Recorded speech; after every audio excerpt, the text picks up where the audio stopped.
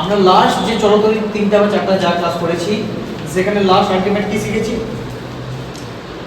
আমরা লাস্ট শিখেছি যে কারেন্ট একটা পরিবাহীতে কেন যাচ্ছে, তার কারণ আমরা বুঝতে পেরেছি, তাই না? আমরা দেখেছিলাম এই কারেন্ট যাওয়ার পিছনে কিন্তু একজন লোক নেই, অনেক রকমের লোক বিভিন্ন কাজ করছে। যে কোনো একজন অনুপস্থিত হয়ে গেলে কিন্তু কারেন্ট যাবে না এই জায়গায়। কিন্তু এই করতে কি আমরা দেখেছিলাম লাস্ট যে ওয়ার্ডটা পড়েছিলাম সেটা ছিল কি তড়িৎচালক বল। অর্থাৎ তড়িৎচালক বল আমরা একটা আলাদা ক্লাসও করেছিলাম। শুধু তাই নয়, তড়িৎচালক বল বা ইএমএফ আমরা অনেকটা ডিটেলস পড়েছিলাম কি জিনিসটা। তারপরেও আমরা কিন্তু এখনো ফুলফিল তড়িৎচালক বলের সংজ্ঞা কোথাও পাইনি। আজকে আমরা পাবো, তবু 100% ফুলফিল বলা যাবে না, একটু খামতি থাকবে। কি রকম? এই নতুন তড়িৎচালক বলের ডেফিনেশন দিতে গেলে আগে আমাদের একটু একটা সার্কিট বুঝতে হবে। কিরকম সার্কিট? নর্মাল আমরা যে ক্লোজ সিস্টেমের যা সার্কিট আমরা প্র্যাকটিক্যাল করেছি সেই সার্কিট। কি প্র্যাকটিক্যাল ছিল আমাদের? না একটা ব্যাটারি ছিল, এবং ব্যাটারির ক্ষেত্রে আমি তোমাদের এর আগেও ক্লাসে দেখাচ্ছিলাম, হয়তো আমার ভিডিওতে ছাড়া ছিল না, কিন্তু আমি দেখিয়েছিলাম যে একটা ব্যাটারির ক্ষেত্রে এই চিহ্ন দ্বারা রিপ্রেজেন্ট করা হয়, তাই না? একটা বড় একটা ছোট। যদি দুটোই সমান থাকে তাহলে এটাকে বলেছিলাম ক্যাপাসিটর। ক্যাপাসিটরের ফিজিক্যালি চিহ্ন হচ্ছে দুটো। আমরা রেজিস্ট্যান্সের চিহ্ন দেখেছিলাম, এটা হচ্ছে রেজিস্ট্যান্সের চিহ্ন। আমরা ইন্ডাকশনের চিহ্ন দেখেছিলাম, এটা হচ্ছে ইন্ডাকশনের। এই ব্যাটারির একটা বড় একটা ছোট কেন দেওয়া হয়েছে? এই কারণে দেওয়া হয়েছে যেটা বড় সেটাকে ধরা হয় ব্যাটারির ধনাত্মক মেরু, কারণ ব্যাটারির দুটো মেরু থাকে, একটা ধনাত্মক একটা ঋণাত্মক। যেটা ছোট হয় সেটাকে ব্যাটারি ধরা হয় ঋণাত্মক মেরু। যদি কোনো কোথাও প্লাস মাইনাস নাও লেখা থাকে, এই বড় ছোট দিক তোমাকে বুঝে নিতে হবে, যেটা বড় সেটা হচ্ছে ধনাত্মক আর যেটা ছোট সেটা হচ্ছে ঋণাত্মক। তো কোন একটা সার্কিট যদি আমি একটু আঁকতে চাই, কিরকম সার্কিট? এই হচ্ছে একটা ব্যাটারি, বুঝতেই পেরে গেছো আমরা ব্যাটারির পজিটিভ এটা হচ্ছে নেগেটিভ দিক, চিহ্ন অনুযায়ী আমরা বুঝতে পেরে গেছি। কি করেছি না তার দিয়ে, এই হচ্ছে তার, যেটাকে আমরা সাধারণ ভাষায় প্লাস মাইনাস তার বলি। কি লাগাইছি না ধরে নিলাম আমি একটা বাল্ব লাগাইছি। কেন এরকম স্যার দিলেন? কারণ বাল্ব মানে হচ্ছে একটা এক্সটার্নাল কি, একটা এক্সটার্নাল কি বলেছিলাম রেজিস্ট্যান্স বা রোধ। তাহলে এটা একটা বাল্ব, এটা একটা বাল্ব, রাইট? ওকে। এইবার আমরা যদি একটু ভিতরের জিনিস বুঝি, যে আমরা একটা ব্যাটারি কানেক্ট করলাম, তার দিয়ে একটা বাল্ব চালাচ্ছি, বাল্বটা চলছে, এবং আমাদের মোটামুটি 2-3টা ক্লাসে আমরা যা বুঝতে পেরেছি, কি বুঝতে পেরেছি না ইলেকট্রন যাচ্ছে কোনটা থেকে, কোন তারটা দিয়ে ইলেকট্রন যাচ্ছে স্যার এই তারটা দিয়ে। কারণ এখানে হচ্ছে কি ঋণাত্মক মেরু, ঋণাত্মক মেরু মানে ইলেকট্রনের প্রাধান্য বেশি আছে বলে এটা হচ্ছে ঋণাত্মক মেরু। তার মানে এই তড়িৎদ্বারটাতে ইলেকট্রন সংখ্যা বেশি আছে। কার সংখ্যার তুলনায়? না এর সংখ্যা। তাহলে বেশি আছে, তো বেশি থাকলে কি হবে? বেশি থাকলে পরে এক জায়গা থেকে আরেক জায়গায় যাবে। কে নিয়ে যাচ্ছে? না ব্যাটারি অবশ্যই নিয়ে যাচ্ছে। ব্যাটারির কোন লোকটা? না ইএমএফ লোকটা নিয়ে যাচ্ছে। কিন্তু কোন তারটাতে নিয়ে যাচ্ছে? সে এই তারটাতে নিয়ে যাচ্ছে। কি নিয়ে যাচ্ছে স্যার? না স্যার ইলেকট্রন নিয়ে যাচ্ছে, আর ইলেকট্রনের চার্জ মাইনাস, ওই জন্য আমি এর উপরে মাইনাস চার্জ বসাবো। তার মানে স্যার আপনি বলতে চাইছেন যে ইলেকট্রন এদিক দিয়ে যাচ্ছে, এখানে গেল, এখানে আমার যা লাগলো আলো টালো দিল, আবার এখান থেকে ফিরে আসছে। কারণ আমি তোমাদের প্রথমেই বলেছিলাম যে ইলেকট্রনকে আমরা ধ্বংস করতে পারবো না, ইলেকট্রন বা শক্তিকে ধ্বংস করতে পারবো না, শুধু এক রূপ থেকে আরেক রূপ পরিবর্তন করা যায়। এটা ফিজিক্সের একদম একটা থিওরি, এটা ভুল প্রমাণ আজ পর্যন্ত হয়নি। তার মানে ইলেকট্রনটা গেল, কোথায় গেল? না আবার এই তারতে ফিরে আসলো। তাহলে এবার ভালো করে লক্ষ্য কর, এই তারতে ফিরে আসলো, কে ফিরে আসলো? না ই মাইনাস বা ইলেকট্রন ফিরে আসলো। আমি যদি ঘটনাটাকে একটু উল্টা করে স্যার বলতে চাই, কি উল্টা করে স্যার? এদিক থেকে ইলেকট্রন ফিরে না আসে, আমি বললাম এদিক থেকে ই প্লাস গেছে, বলতে পারি না? কারণ ই প্লাস মানে কি ইলেকট্রনের ঘাটতি, সেটা তো আমি বলেছিলাম, যেটা কল্পনা, তাই তো? তার মানে ই প্লাস বলে কোনো চার্জ হয় না, এটা একটা কল্পনা চার্জ। কেমনি কল্পনা করলাম? না ইলেকট্রন ই মাইনাস যদি এদিকে যায়, আমি একটু কল্পনা করলাম, তাহলে ই প্লাস এদিকে গেছে। ক্লিয়ার হয়েছে? ওকে। তাহলে ব্যাটারি কোনটা? আমি ব্যাটারি পেলাম এটা, একটু ব্যাটারিটাকে আমি ব্লু কালি দিয়ে কি বললাম লিখে দিই, এটা হচ্ছে ব্যাটারি। ভালো কথা। কিন্তু আমার কথা হলো ইলেকট্রন যে এখান থেকে যাচ্ছে, তাহলে এখানে তো ইলেকট্রন আবার যোগান দিতে হবে। যদি যোগান না দেয় তাহলে তো একদিন বা দুদিনে তো ব্যাটারি শেষ হয়ে যাবে। কিন্তু একদিন বা দুদিনে তো ব্যাটারি শেষ হয় না। কেউ তো এখানে যোগান দিচ্ছে, কোথা থেকে যোগান দিচ্ছে? স্যার এই যে গেল, এই যে ফিরে আসছে এখান থেকে, তাহলে একে যোগান দিচ্ছে। ভালো করে বুঝো, এ একে যোগান দিচ্ছে, কি যোগান দিচ্ছে রে? কি যোগান দিচ্ছে? ইলেকট্রন। মানে ইলেকট্রন মানে কি? ই মাইনাস। অনুরূপ ভাবে কি আমি ব্যাটারির ভিতরে বলতে পারি তার মানে এ একে ই প্লাস যোগান দিচ্ছে? বলতে পারি আমি কি যোগান দিচ্ছে? ই প্লাস। এই পর্যন্ত সবাই ক্লিয়ার আছে? ক্লিয়ার হয়ে গেল। এইবার ভালো করে লক্ষ্য করো, তাহলে এই যে যোগান দিচ্ছে, কে যোগান দিচ্ছে? Ultimate EMF. তাহলে আমি কি নতুন ইএমএফ এর সংজ্ঞা বলতে পারি না? বিভিন্ন বইয়ে বিভিন্ন ডেফিনেশন আছে, সবকটাই ঠিক। যদি তুমি ভালো করে খেয়াল করো, ছবি কিন্তু আঁকতে মানে আপনি তুমি অ্যানসার পেয়ে যাবে, আলাদা কোনো কোশ্চেন দরকার নেই। কোথায় গন্ডগোলটা হবে? কোন বইয়ে ই প্লাসের কথা বলেনি, ই মাইনাসের কথা বলা হয়েছে, অর্থাৎ ইলেকট্রনের কথা বলা হয়েছে। যদি ইলেকট্রনের কথা বলিস তোরাও, তাহলে তোমাকে বলতে হবে ধনাত্মক মেরুতার থেকে ঋণাত্মক মেরুতে। তখন কিন্তু কে নিয়ে আসছে? না ই মাইনাস বা ইলেকট্রন। কিন্তু কোন বইয়ে কি আছে? ঋণাত্মক মেরু থেকে ধনাত্মক মেরু। তখন কি বলতে হবে? তখন ই মাইনাস বললে কি হবে? বা ইলেকট্রন বললে কি হবে? তখন কি বলতে হবে? একক ধনাত্মক আধানকে। তাহলে আমি সংজ্ঞা দু প্রকারই দিতে পারি, আমার ইচ্ছা, কিন্তু তোমাকে ঠিকঠাক দিতে হবে। তুমি কোথা থেকে কোথায় নিয়ে যাচ্ছ আর কোথা থেকে কোথায় নিয়ে গেলে তোমার পার্টিকুলার কে নিয়ে যাচ্ছে সেটাই বলতে হবে। তুমি এই বলতে পারবে না যে ধনাত্মক থেকে ঋণাত্মকের একটা ধনাত্মক চার্জ নিয়ে যেতে, ধনাত্মকের ঋণাত্মকের ধনাত্মক চার্জ যাচ্ছে কি? যাবে না, ভুলে যাবে। তোমাকে এই জায়গাটা খেয়াল রাখতে হবে। স্যার আমি কোনটা ডেফিনিশন লিখবো? তুমি তোমার ইচ্ছা, তুমি যে কোনো ডেফিনিশন লেখো, কিন্তু তোমার তথ্যটা ঠিক রাখতে হবে। তুমি যদি বলো যে না আমি ধনাত্মক থেকে ঋণাত্মক দুই দিকে নিয়ে যাব, তাহলে একটা ইলেকট্রনকে নিয়ে যেতে যে পরিমাণ কার্য করতে হয় তাকে ওই ব্যাটারিটা ইলেকট্রোমোটিভ ফোর্স বলা হয়। কোন বইটা আছে যে ঋণাত্মক ধ্রুবক থেকে ধনাত্মক ধ্রুবক থাকে, তখন কি বলবো? একক ধনাত্মক চার্জকে নিয়ে যেতে তৃতীয় কোনো এজেন্সি দ্বারা যে পরিমাণ কাজ করতে হয় তাকে ওই ব্যাটারিটা বা সেন্টার বা ওই বর্তনীটা কি বলা হয়? ইএমএফ বা ইলেকট্রোমোটিভ ফোর্স বলা হয়। তাহলে আমরা ইএমএফ বা ইলেকট্রোমোটিভ ফোর্সের ডেফিনিশন আজকে মোটামুটি একটা একুরেট পেলাম। খালি এতদিন জানতাম যে একটা লোক কাজ করছে, কি কাজ করছে, কাকে কোথা থেকে কি কাজটা করছে সেটা জানতাম না। আজকে বুঝতে পারলাম কোথা থেকে কি কাজ করছে। পৃথিবীতে যত ম্যাটেরিয়াল আছে, ম্যাটেরিয়ালগুলোর কিন্তু অনেক ক্যারেক্টারের ভাগ আছে। অলরেডি আমরা পিরিয়ড টেবিলও পড়ছি। কি রকম ভাগ আছে? আলটিমেট ম্যাটেরিয়াল আমরা চিনতে শিখলাম কখন? যখন তাদের ইলেকট্রন বিন্যাস করলাম। তারপরে আমরা ওই পিরিয়ডিক টেবিলে যখন পড়ছিলাম তখন এক ধরনের ছিল চোর, ডাকাত, এরকম করে আমরা ভাগ করছিলাম। কিসের উপর ভিত্তি করে? না ইলেকট্রন বিন্যাসের উপর ভিত্তি। সিমিলার কিছু ম্যাটেরিয়াল তড়িৎ পরিবহন করতে পারে। যারা তড়িৎ পরিবহন করতে পারে তারা কিন্তু তাপও পরিবহন করতে পারে। ক্লিয়ার? অর্থাৎ যারা তড়িতের সুপরিবাহী তারা তাপের সুপরিবাহী। ক্লিয়ার? কিন্তু কোশ্চেন হচ্ছে কেন পারে? এই কারণে পারে যে আমি যদি যেগুলো ধাতু আছে, ধাতুর মানে মেন আমরা ক্যারেক্টার কি পড়েছিলাম যে ধাতু যারা তাদের বাহ্যিক বা বাইরের ইলেকট্রন মানে কক্ষপথে আছে সেখানে কি থাকে? এক্সেস ইলেকট্রন থাকে। এক বা একাধিক এক্সেস বা অতিরিক্ত ইলেকট্রন থাকে। এই অতিরিক্ত ইলেকট্রন যাদের থাকে তারা কি করে? কোনো এক্সটার্নাল কাজ করে। ধর আমি একটা উদাহরণ দিচ্ছি। আমাদের বাড়িতে ধর ক্লাব আছে, তো দেখবি যে কেউ ক্লাবের বিভিন্ন কাজে মানে সমাজ সেবার কাজে অনেকে জড়িত থাকে। কারা জড়িত থাকে? দেখবি যে যার বাপের হয়তো 3-4টা ছেলে আছে, তাই না? তার মধ্যে দেখবি যে দুজন বাড়ির কাজ সামলাচ্ছে আর একজন ওই ক্লাবের বিভিন্ন সমাজ সেবার কাজ চালাচ্ছে। কারণ যারা একজন আছে তারা তো বাড়ির কাজ চালাবে না সমাজ সেবার কাজ চালাতে পারবে না। তাহলে কখন সমাজ সেবার কাজ চালাতে পারছে? যখন একাধিক ওর ছেলেপুলে আছে, তাই না? এক্স্যাক্টলি এখানে অর্থাৎ পরিবহন তারাই করতে পারে যাদের কাছে এক্সেস বা ফ্রি ইলেকট্রন থাকে। তাহলে এক্সেস বা ফ্রি ইলেকট্রন কাদের কাছে আছে? প্রায় সমস্ত ধাতুগুলোই আছে। যতগুলো আমরা কপার দেখেছিলাম, অ্যালুমিনিয়াম দেখেছিলাম, এদের যদি তুমি ইলেকট্রন বিন্যাস করো, ধরো অ্যালুমিনিয়াম কত নম্বরে আছে বলো? বা কপার কত নম্বরে আছে বলো? হ্যাঁ 29। যদি ইলেকট্রন বিন্যাস করো কি ছিল এর? ব্যতিক্রমটাই বলে দিয়েছিস। কি ছিল বলো? কত ছিল বল? 1s 2s 2p 3s 3p 4s দেখছি 2 2 4 6 10 2 12 6 18 19 20 আর কি ছিল রে? 3d তাহলে কত হলো? এখানে 9, কিন্তু 9 তো হবে না, এখানে 10 হবে, এখানে 1 হয়ে যাবে, কিন্তু ব্যতিক্রম ছিল। তাহলে আলটিমেট কি আসবে বলো? 2, 8,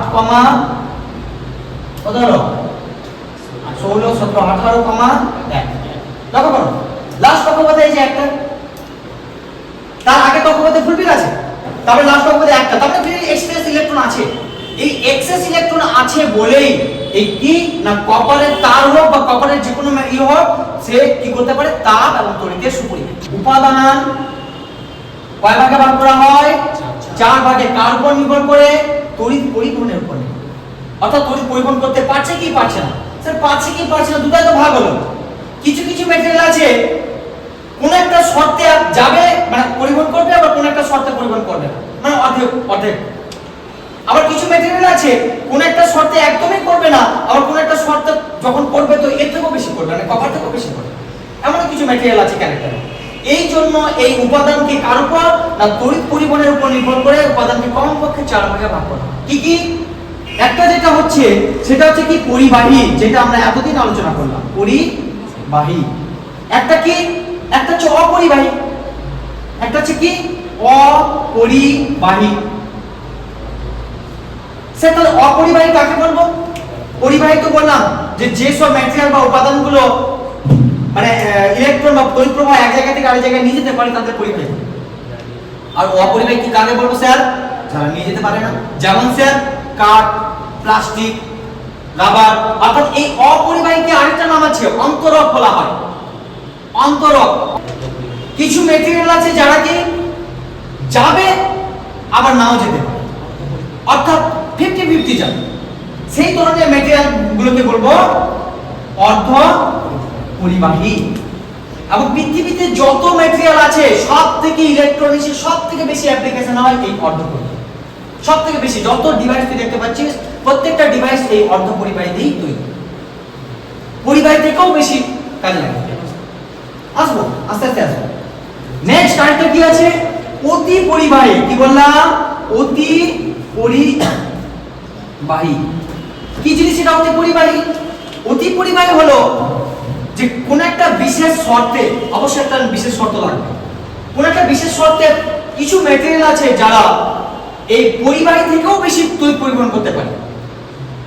স্যার তাহলে তার পরিবাহী না দিয়ে সেই অতি পরিবাহী ম্যাটেরিয়ালগুলো দিলে ভালো হয় না? বেশি পরিমাণে তড়িৎ পরিবহন করবে, বাধা কম। কিন্তু আমি প্রথমে কি বললাম? বিশেষ শর্তে। এই বিশেষ শর্তটাতে তুমি অ্যাপ্লাই করতে পারবে না। তবে পরিবাহীর ক্ষেত্রে আমরা একটা লেখচিত্র পেয়েছিলাম। কার ওহমের সূত্র অনুযায়ী ভি ভার্সেস আই লেখচিত্র কি পেয়েছিলাম না মূলবিন্দুগামী সরলরেখা পেয়েছিলাম। তবে এই পরিবাহীর ক্ষেত্রে আমি আরেকটা লেখচিত্র আজকে করব। কি লেখচিত্র?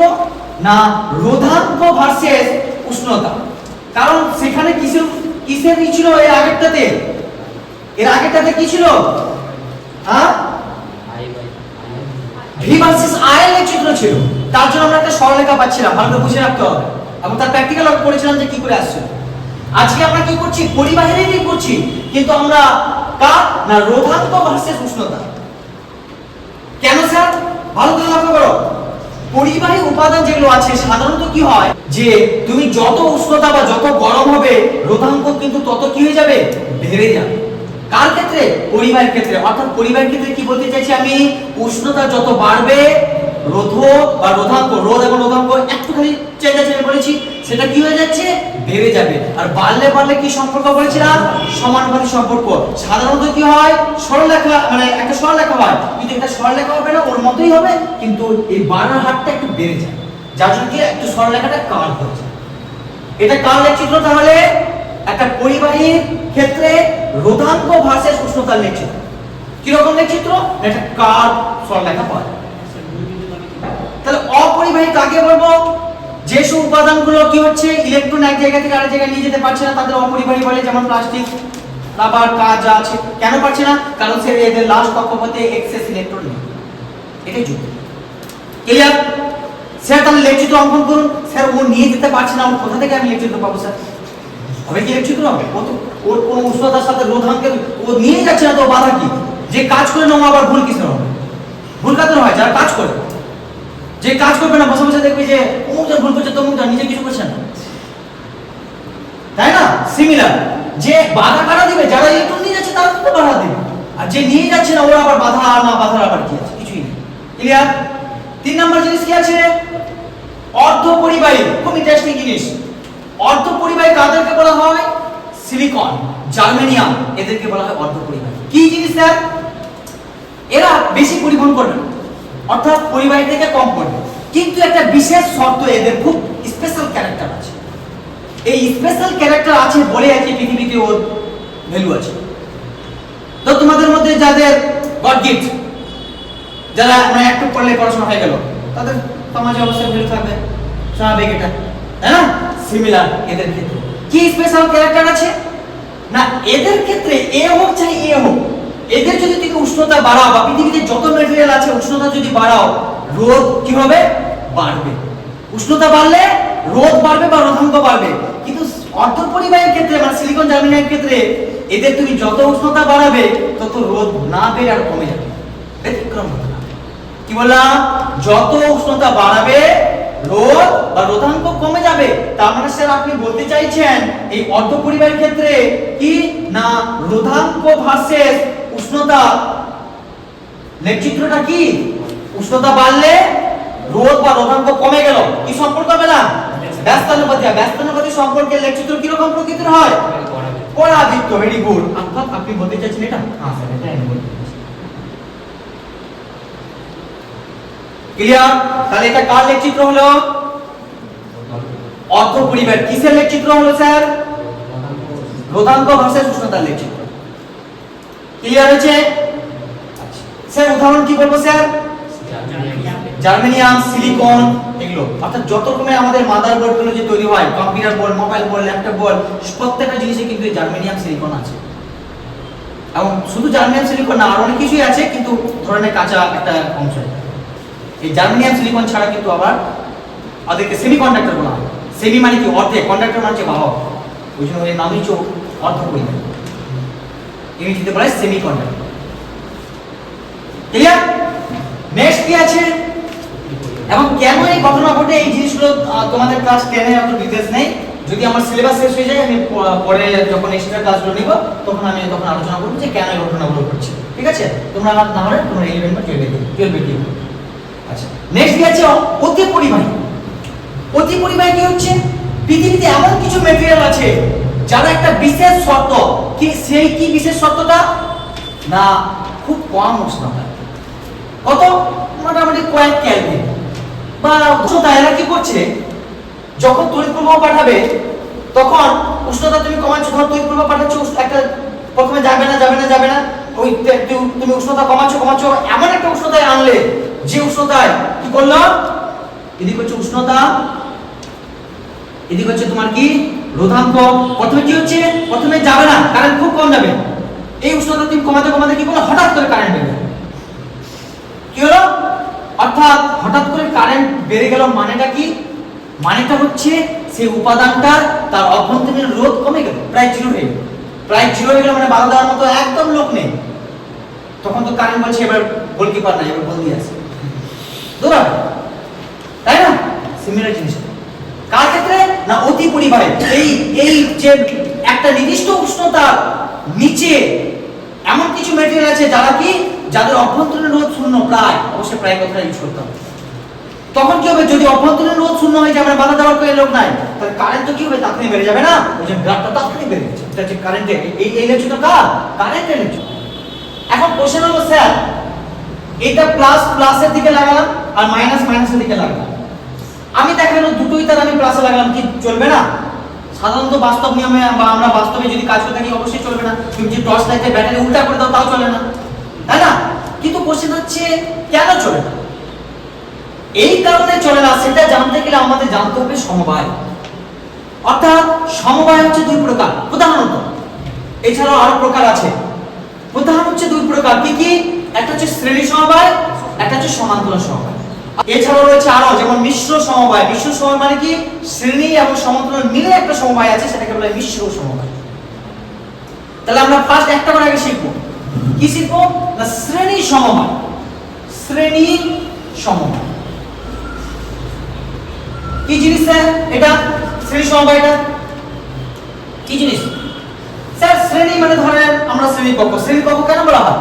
একটা সিস্টেমিক্যালি আছে, নার্সারি, এলকেজি, ইউকেজি, 1 একটা সিস্টেম আছে। যে সব জায়গায় এই সিস্টেমটা মেইনটেইন করে অর্থাৎ একজনের শেষ আরেকজনের শুরু।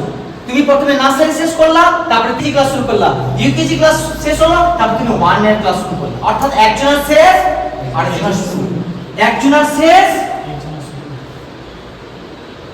আরেকজনের শুরু। অর্থাৎ এই যে আমি এইগুলো কিসের চিহ্ন? রোধ। ভেরি গুড, বলে দিয়েছি আমি এর আগে। তাহলে রোধগুলো 3টা রোধ আমি এখানে অ্যাপ্লাই করেছি, কিন্তু একটা প্রথম রোধের আমি এটার নাম দিলাম R1, এটা R2, এটা হচ্ছে R3। একজনের শেষ আরেকজনের শুরু, আবার এর শেষ এর শুরু। অর্থাৎ আমি কি সমবায় লাগাইছি? শ্রেণী সমবায়। ক্লিয়ার? এই ধরনের যদি সিস্টেম থাকে, সে রোধের ক্ষেত্রে হোক বা ক্যাপাসিটরের ক্ষেত্রে হোক বা অন্য কিছু ব্যাটারির ক্ষেত্রে হোক, প্রত্যেকটা জায়গায় এই একই সিস্টেম যদি থাকে, এদেরকে আমরা শ্রেণী সমবায় বলবো। যেহেতু আমাদের সিলেবাসে শুধু রোধ আছে, তাহলে এটা বলবো রোধের শ্রেণী সমবায়। প্রথম ধরে নাও এটা একটা পাইপ। কিসের পাইপ? না মেশিনের পাইপ, যেগুলো আমরা মাঠে জল দিই। আমি এখানে মেশিন লাগাচ্ছি, ধরে নিচ্ছি একটা মেশিন লাগাচ্ছি, আমি অত ভালো মেশিনে শুয়াতে পারলাম না, ধরে নিচ্ছি কি করছে না জল দিচ্ছে। আর এইটা হচ্ছে আমার জমি, আমি এখানে জমিতে আমি জল দিচ্ছি। এবার ভালো করে বুঝ, আমি 3টা পাইপ লাগাইছি, আমার দোকানদার কি করেছে? 2টা পাইপ মোটা দিয়েছে আর একটা পাইপ সরু দিয়ে দিয়েছে। আমি দেখা গেল সরু পাইপটা কি করলাম, আমি মিডিল লাগাই দিয়েছি একটা সরু পাইপ। আমার কতটা জল যাবে? মোটা পাইপে কি বেশি জল যাবে, সরু পাইপে কি কম জল যাবে, না সেম জল যাবে? ভালো করে বুঝো, আমার কোশ্চেন বুঝতে পেরেছো? আমি বলতে চাইছি 3টা পাইপ আছে, আমার মেশিন থেকে আমার মাঠে জল যাচ্ছে। আমার দোকানদার কি করেছে? এখানে হয়তো একটা মোটা পাইপ, মানে ডায়ামিটারটা একটু মোটা দিয়েছে, এখানে সরু হয়ে গেছে, আবার এখানে মোটা দিয়েছে। আমি বলছি যে জল কি এই সরু পাইপে কম যাবে, মোটা পাইপে বেশি যাবে? এরকম যদি অবস্থায় আমি জমি কি করি, জল দিই, কম বেশি হবে কি পাইপটাতে? না হবে না, কম বেশি হবে না। কেন হবে না? এটা তো মোটা পাইপ আছে, এটা তো বেশি জল যাবে না। এটা মোটা আছে, বেশি জল যাবে না। এটা তো সরু পাইপ আছে, এটা তো কম জল যাবে না। কেন বলছি আবার কম বেশি হবে না?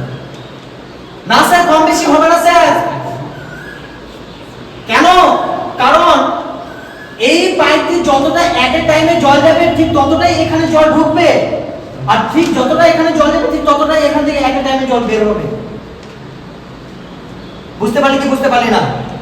তুমি একটা সরু পাইপ লাগাই দেওয়ার জন্য এখানে প্রেসার বেড়ে যাবে, হয়তো কোনো সময় এই পাইপ ফেটে যেতে পারে যদি তুমি সরু পাইপ লাগিয়ে দিয়েছো মাটিতে। কিন্তু জল তো তোমার এই পাইপ দিয়ে যতটা যাবে ঠিক ততটাই ঢুকতে হবে, আর যতটা এখানে ঢুকবে ঠিক ততটাই বের হবে। অর্থাৎ কি কনস্ট্যান্ট থাকলো? প্রবাহ মাত্রা কনস্ট্যান্ট থাকবে। কি কনস্ট্যান্ট থাকবে? প্রবাহ মাত্রা। কার? 3টা। অর্থাৎ এই পাইপ সরু হলেও এই সরু পাইপটাতে যতটা প্রবাহ যাবে ঠিক ততটা প্রবাহ এ মোটা হলেও কতটাই প্রবাহ হবে, এ মোটা হলেও কতটাই প্রবাহ হবে, কম বেশি হবে না। কি না? প্রবাহ। তাহলে শ্রেণী সমবায়ের ক্ষেত্রে কি কনস্ট্যান্ট থাকে? প্রবাহ মাত্রা কনস্ট্যান্ট থাকে। আরেকটা কারণ কি? বিভব প্রভেদ। ভালো করে বুঝো, বিভব প্রভেদটা কি জিনিস বলেছিলাম? বিভব প্রভেদ মানে হচ্ছে কোন একটা রেজিস্ট্যান্সকে এই এখানে আমি মাল্টিমিটার দিয়ে মাপলে এটা বিভব। কার বিভব? না এই R1 রেজিস্ট্যান্সটার বিভব। আমি যদি মাল্টিমিটার এখানে তার মাপি প্লাস মাইনাস তার দিয়ে, তার মানে R2 টার বিভব, এখানে মাপি তাহলে R3 টার বিভব। এখন যদি আমি শ্রেণী সমবায়ের ক্ষেত্রে লক্ষ্য করি, বিভব যদি মাল্টিমিটার দিয়ে মাপি, বিভব কিন্তু আমি কম বেশি পেয়ে। কেন স্যার? কারণ সেটা মোটা পাইপ, মোটা পাইপে জল বেশি যায়, সরু পাইপে জল কম যায়, তার মানে এর বিভব কি? বেশি, এর বিভব কম, এর বিভব আবার বেশি। অর্থাৎ শ্রেণী সমবায়ের ক্ষেত্রে যতগুলো রোধ আমি কানেক্ট করব, প্রত্যেকটা রোধের প্রবাহ মাত্রা কি থাকবে? সেম থাকবে বা কনস্ট্যান্ট থাকবে, কিন্তু বিভব প্রভেদ কি থাকবে? কম বেশি থাকবে। সেটা তো আমরা বুঝতে পারলাম। অপরদিকে এই 3টা রোধ কি আমি কি করলাম? সমান্তরালে লাগার চেষ্টা করলাম। যখন 2 বা ততোধিক জলদির রোধ একই, মানে শুরুগুলো একই প্রান্তে রাখবো এবং শেষগুলো একটা প্রান্তে যুক্ত থাকবে, এদের ক্ষেত্রে লক্ষ্য করো আলাদা আছে। একজনের শেষ তারপরে একটা শুরু হচ্ছিল, আর এর ক্ষেত্রে হচ্ছে কি 3 জনেরই প্রথম শুরু একটা প্রান্তে আর 3 জনেরই শেষ একটা প্রান্তে। এই মত যদি যুক্ত থাকে তখন এই ধরনের সমবায়কে বলবো আমরা কি? সমান্তরাল সমবায়। ভালো করে লক্ষ্য করো। এখানে আমরা কি লাগাইছিলাম?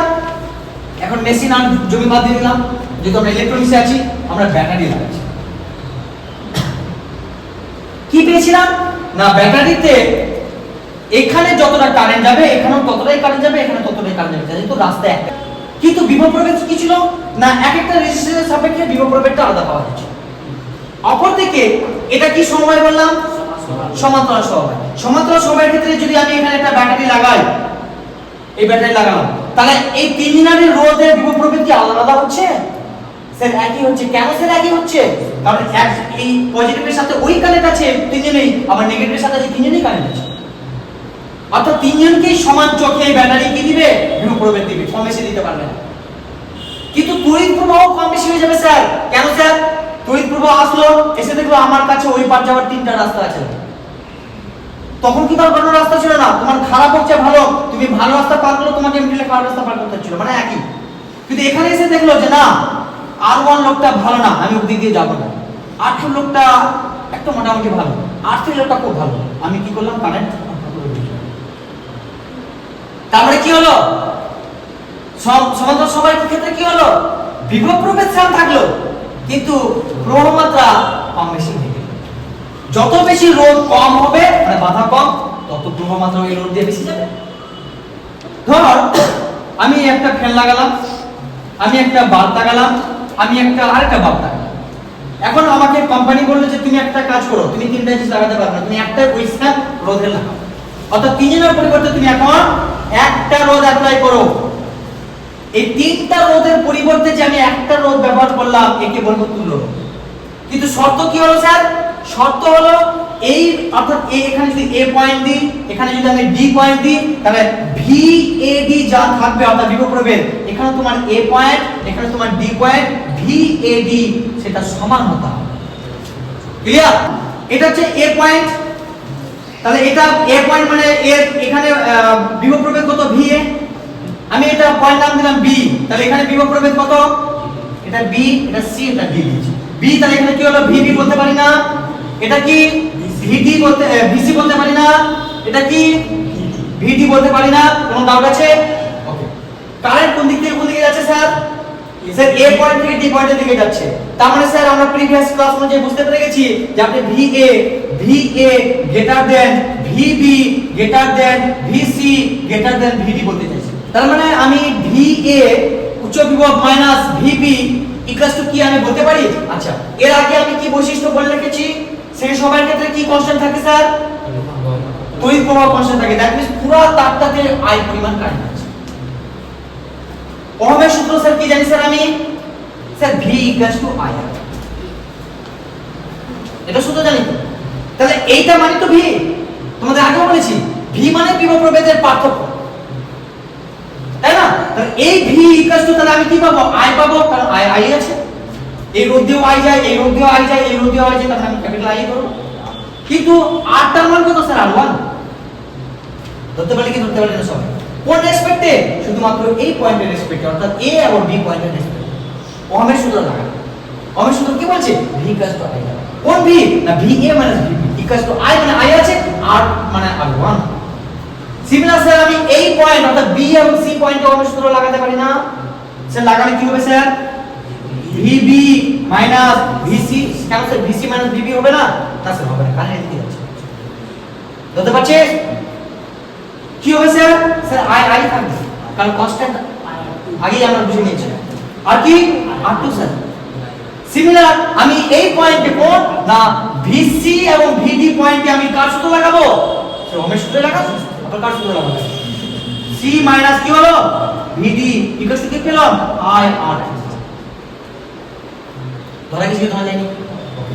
এই তিনটা সমীকরণ কি আমি যোগ করতে পারি না? তাহলে 1 নম্বর সমীকরণ, 2 নম্বর সমীকরণ, 3 নম্বর সমীকরণ, তিনটা সমীকরণ যোগ করলাম। দেখা যাক কি হচ্ছে। আচ্ছা, যোগটা আমি কোথায় করছি? এখানে করছি।